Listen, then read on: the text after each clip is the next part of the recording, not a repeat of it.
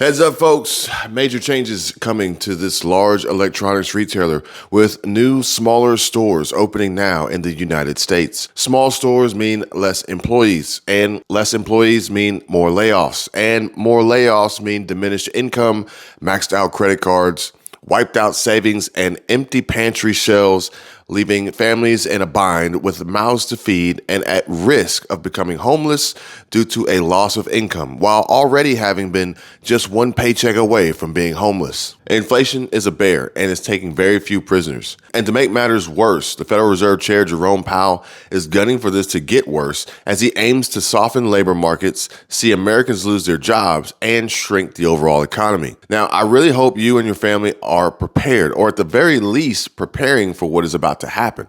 And next year, 2023, is going to really put families and their budgets and perhaps non-existent savings to the ultimate test. So CNBC reported that life is getting more expensive by the day. And amid inflation, 32% of Americans are struggling to pay their bills. Meanwhile, sadly, despite inflation worries, Americans are less likely to cancel rising, reoccurring monthly membership fees from popular streaming services like Amazon Prime and Netflix, and would rather struggle to buy food and groceries from the supermarket opposed to a spending cut to consume terrible woke programming for the most part. And credit cards are on a dangerous path of destruction, with 46% of Americans continuing to make this expensive credit card mistake. But don't worry, there is hope, as long as you are paying attention to the warning signs and red flags of what is coming. And if you want to know what I'm going to do now and will continue to do to insulate and position myself and my family to survive this mess, stick around and pay close attention. I'll be dropping some valuable information on this one. Subscribe to the channel and give this video a like if you haven't already. So I'm going to make this one quick and we're going to dive right into what's happening. There may be a lot of data, stats, and other information crammed in this video. And if I move too quickly, I do apologize, but prepare yourself to take notes and you can always replay this video to drill down further on any of the information that you may miss as we go along. So first, Best Buy is introducing its new first small format digital first outlet, which is a clear sign of one of the many ways we are seeing businesses evolve with this economic shift and further reducing overhead and operating costs by slashing employee headcounts. The new 5,000 square foot Best Buy stores opening feature what the company is calling a curated product selection, as well as live streaming employee service for product advice. So according to Best Buy, this non-physical employee will let shoppers contact experts online via voice calls, video links, or chat. And this sounds all fine and good, but I would really like to get the perspective from an existing employee and understand how Best Buy plans to sell this story and keep their employees and workers engaged while explaining that the stores are shrinking in size and going the route of a virtual workforce. And after they explain that one, I bet they mentioned that they have a bridge to sell you too. Come on, guys, the writing is on the wall. I expect to see a wave of quiet quitting spreading across almost all industries as early as next year, 2023. Now, this is all part of the new business model evolution and the ultimate plan. There's a reset. Although you may be a great and valuable employee dedicated to your employer, the simple fact of the matter is times are changing and the employee role is going to be redefined. So we saw this years ago with overseas and international outsourcing for tech support and other call center related job roles. Now we're seeing it with real life in-person interaction at stores like Best Buy. Some of you may recall the video I published this summer after visiting a Bank of America location in a strip mall that was entirely virtual and did not have a physical teller, managers, or bankers in the building. Technology is taking over, and if you aren't getting with it, then you may very well be getting replaced by it. So Best Buy says that the stores will be stocked with best-in-category products, including TVs, home theaters, computers, phones, and wearables. The small format Best Buy stores are also offering a collection of what Best Buy calls grab-and-go items. These include charging cables, cell phone cases, gift cards, etc., that will be available for mobile self-checkout. Best Buy shoppers will be able to scan the barcodes using the Best Buy app, and Best Buy customers can complete the purchase, grab their stuff, and leave without ever having to interact with an employee or cashier. You don't say. So no employees, no cashiers. Do you enjoy working as a temporary employee for free? What a novel idea. But Best Buy knows the deal and has been monitoring the direction our economy has been going and how it is bringing down the consumer and the overall consumer confidence and ability to make large, expensive electronics and appliance purchases in the future as compared to how they have been able to in the past. Jerome Powell, Federal Reserve Chair, is going to continue driving up interest rates to try and tame inflation, while raw materials, supply chain, and freight costs continue to drive up prices of everyday items and pretty much anything you buy right now, and probably so for the next few years. If you want to know my opinion on how long this deep recession is going to last, just comment down below. If I get enough interest, I'll be sure to make that video.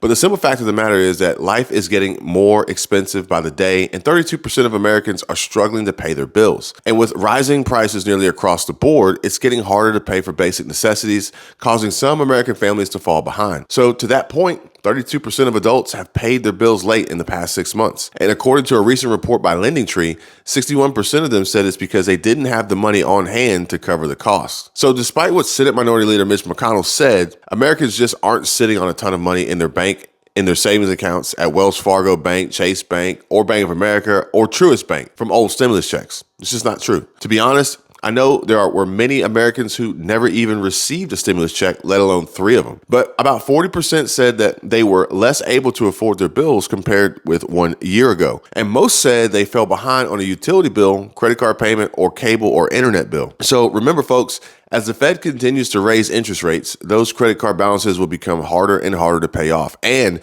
will increase the minimum monthly payments and add further pain to an already struggling American who already has their back against the wall. LendingTree's chief credit analyst, Matt Schultz, said, "Life is getting more expensive by the day, and it's shrinking Americans' already tiny financial margin for error down to zero. And unless they've been able to increase their income, millions of Americans have had to make sacrifices because of inflation to pay the bills." So there's no doubt that persistent inflation has weighed on consumers, leaving more Americans living paycheck to paycheck. With the Consumer Price Index, which measures the average change in prices for consumer goods and services, rose a higher than expected 8.3% in August, which was primarily driven by increases in food, shelter, and medical care costs, the essentials, while the real average hourly earnings only climbed a seasonally adjusted mere 0.2% for the month, leaving those struggling to afford their day-to-day lifestyles forced to ultimately rely on credit cards and carrying a higher monthly balance,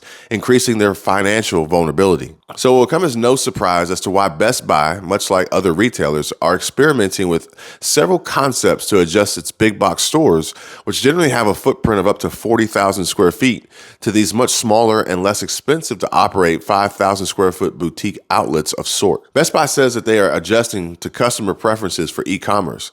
But if you ask me, I think they're more likely attempting to adjust the customer to the mega electronics retailers' preferences. But what do I know? You guys be the judge. Comment down below. So during the past year, Best Buy has deployed new store concepts in different markets and has been reducing its overall square footage in general in an attempt to increase its customer coverage. So all I can say from my vantage point is that this does not look good for the future of Best Buy employees. But hey, who knows? I could be completely wrong. Wouldn't be the first time, nor the last. But in my opinion, and you can take it for what it's worth, we are on borrowed time. And the traditional shopping experience, employee opportunity, and brick and mortar, high overhead operation is coming to an end and is slowly dying. And so the question remains, what am I going to do now and continue to do to position myself and continue to insulate my family to survive this economic cycle of high prices, inflation, jacked up interest rates, going to the moon, underperforming stocks, crypto and NFTs, and a declining S&P 500, car market bubble pop, potential housing market crash, and mass layoffs? Well, it's actually pretty simple. I'm going to continue to hammer down on our budget and focus on tracking every dollar, spending less, saving more, and finding more and more ways to earn a return through cash flow producing assets, investments, and continuously building businesses to align with the direction that the market is going. I am creating online businesses to sell not only tangible physical products, goods, and other commodities, but also sell digital products and services with infinite profitability built into the design. And simply put, that's digital. And like I mentioned before, doubling down and focusing on providing tremendous value to businesses through B2B partnerships and agreements that will sustain revenues and multiple streams of income for generations to come, well beyond the rebound and recovery of this economic cycle. Because I truly believe businesses are going to be the most viable target markets to survive this recession that we're more than likely to have to live through for the at least next 2 years. And I just hope the Fed doesn't pivot, because if they back down now, it will be an all-out epidemic that will have the potential to wipe out the middle class and low income earning families in the snap of a finger. So let's be honest, guys. I don't want to just bring you guys bad news, and I really hope that won't be the case forever. But right now, I feel as though it is my civic duty to bring you all the updates and share what the possibilities could mean for the future and our financial livelihoods, while trying to bring you money savings, budgeting, and income producing ideas and strategies that can really help you and your family and your financial ability to survive and thrive. And honestly, I see this time as a great opportunity to become the expert on the other end of the live stream voice call and video link chat. And not just for companies like Best Buy. I can show you how to build out your business, brand, and set up a simple and streamlined, low-energy, active income side hustle opportunity that you can market to all the businesses out there that will be following in Best Buy's footsteps.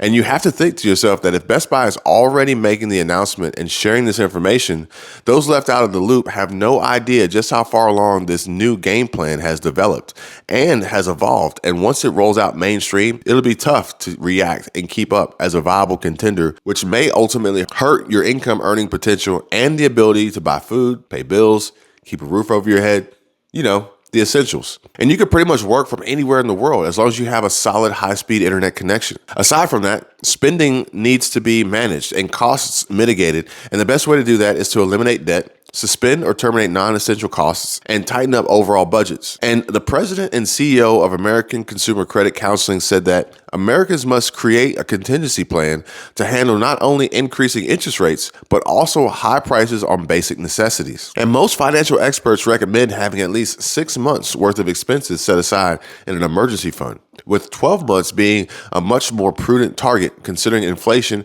and a clear slowdown in the economy. And one of the best ways to increase savings is to increase income. So in addition to continuing to support business and other businesses with B2B sales funnels, I also have a long list of small business opportunities that can be started by almost anyone and require no skills or large upfront capital to get started. These are great passive work from home side hustles that require no skill and can see revenues of $700+ per day just starting out. I'm talking about super simple starters that can become life-changing for families, income, savings account balances, and investment portfolios like Missing Money, Rent Your Space, Stocksky, Peerspace, The Script, Etsy, Amazon FBA, Alibaba, DHgate, Print on Demand, and more. So if you want me to make more videos discussing these businesses, ideas, and opportunities, just drop a comment down below.